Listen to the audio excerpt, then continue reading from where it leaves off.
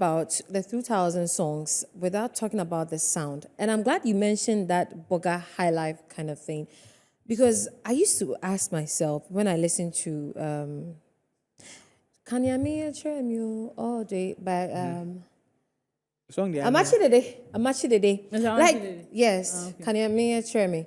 Like, that song is so quality. And you know, when we play old songs till now, the quality is still the same.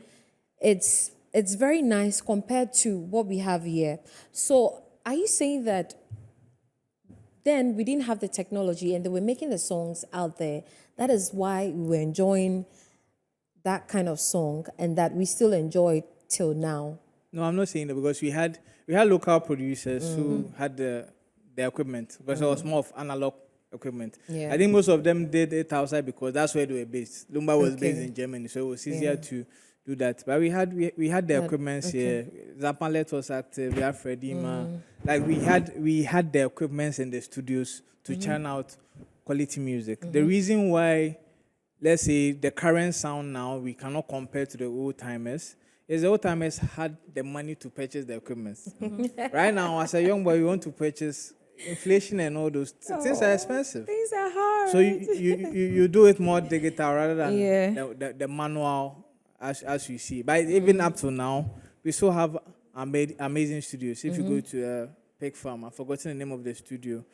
That's when Ludacris came to do his album. Sony did their recording come there. I know there are studios in Ebri. There's even one in La Boma, which was recently even open. So in Wow. terms of world-class studios, We do. We have them. we do have it. But it's not everybody who would be able to access that level of quality or even pay for it. Okay. Because we've moved from that era where I would say maybe doing those things were a bit cheaper. But right now, it's very expensive. Adam, I mean, we've talked about sound. Let's look at lyrics. And you know, sometimes we complain that now there's so much profanity and that back in the day there was not much profanity. But when you listen to some of the old time songs, Kokrom. even Papa Young sing, like you hear, you hear certain sounds in there and all that. Let's look at the lyrics in there compared to now. How have we evolved? I think I wouldn't say that in terms of lyrics. I don't want to do that comparison, but what I want to say is that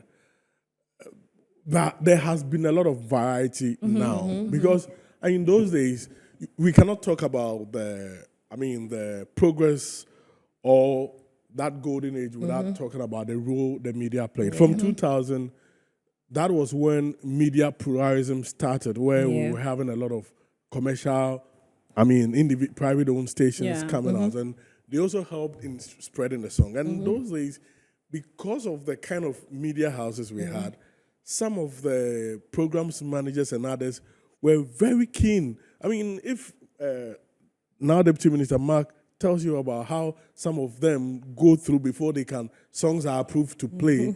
I mean, you can't bring any lyrics for it to be. So that is one of the things which served as a checker for filtering some of these bad lyrics. They were very bad lyrics, but there was some mechanism. Like you can't go to GBC and go and drop any video there. You understand? So there was a certain kind of checks.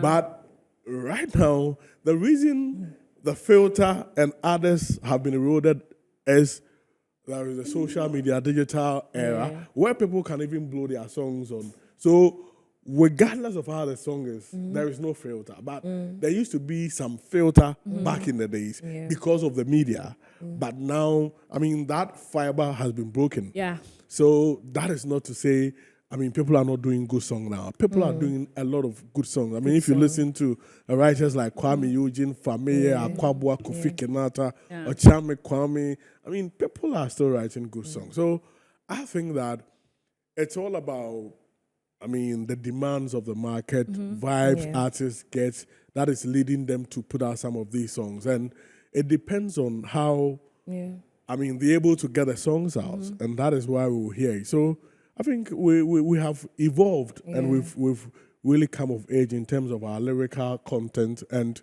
we, the fans, or we consumers, are really having variety. Variety. Yeah, party. I mean, our time is fast spent, and we'll be wrapping There's up a very last soon. question. Yes. I mean, two last questions. Okay, so for me, I mean, as we are sitting here, do you think that in 20 years to come, we'll sit here and remember the songs we are listening to now with so much, nostalgia, and say good things about our songs, our current songs now, in 20 years to come? Do you think we'll do know that? what? Both are able. Harriet, our time is Oh, fast spent. no, but they should give us some 5 are- minutes.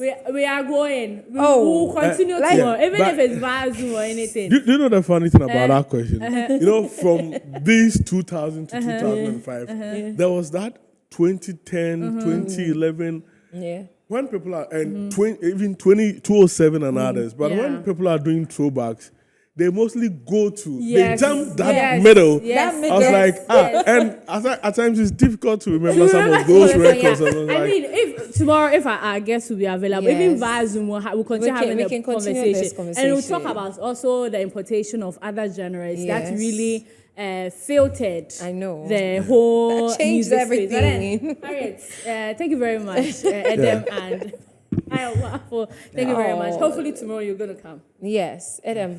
sure. No, because we need to Hopefully, have this. hopefully. Because the whole of from now on to March, and it's Yes, all about we'll have Ghana the music. Ghana conversation. music. Yeah. So we'll do that. We really appreciate your time. Nice one. This is our wrap up. My name is Nanaya Tanwa Watch, and I did this with, My name is Harriet Addy. and also DJ Legend was on the turntable. We'll see you tomorrow.